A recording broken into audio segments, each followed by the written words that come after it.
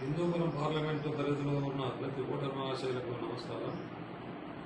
నా పేరు బిల్లె ఈశ్వరయ్య. నేను ఎక్స్ జిల్లా పరిషత్ ఫ్లోర్ లీడర్, రాష్ట్ర పూర్వ సంఘం ఎలక్షన్ కమిటీ చైర్మన్, ఉమ్మడి అనంతపురం జిల్లా పూర్వ సంఘం గౌరవాధ్యక్షుడు. హిందూపురం పార్లమెంటు పరిధిలో ఉన్న ప్రతి ఓటర్ మహాశయులకు నా నమస్కారం. హిందూపురం పార్లమెంట్ అభ్యర్థిగా ఈకే పార్థసారథి కురుబ గారికి తెలుగుదేశం పార్టీ టికెట్ ఇవ్వడం జరిగింది. మరి అదేవిధంగా పార్లమెంట్ పరిధిలో ఉన్న 7 నియోజకవర్గాల్లో, అసెంబ్లీ నియోజకవర్గాల్లో 3 బీసీలకు ఇచ్చారు, 1 ఎస్సీ.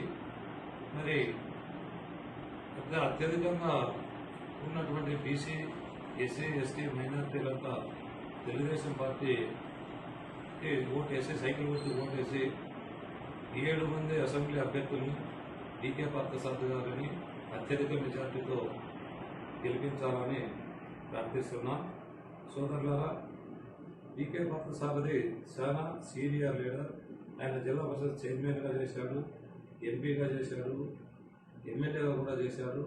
మరి ఇలాంటి మంచి స్వభావం గలటువంటి వ్యక్తిని ఎన్నుకోవడం వల్ల మన నియోజకవర్గానికి చాలా బాగా ఉంటుంది, అభివృద్ధి దిశలో పయనించేలా చేస్తాడని చెప్పి నా విజ్ఞప్తి.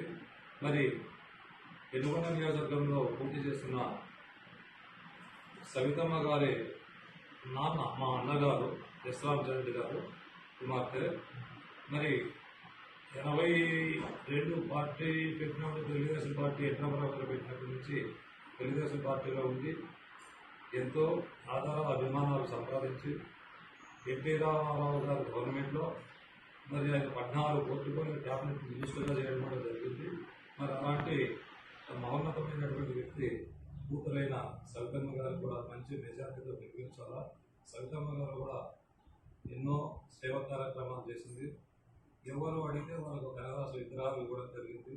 మరి కుటుంబ దర్శన చేసినప్పుడు కూడా 20 లక్షలు ఖర్చు పెట్టి అన్నదానం చేసింది.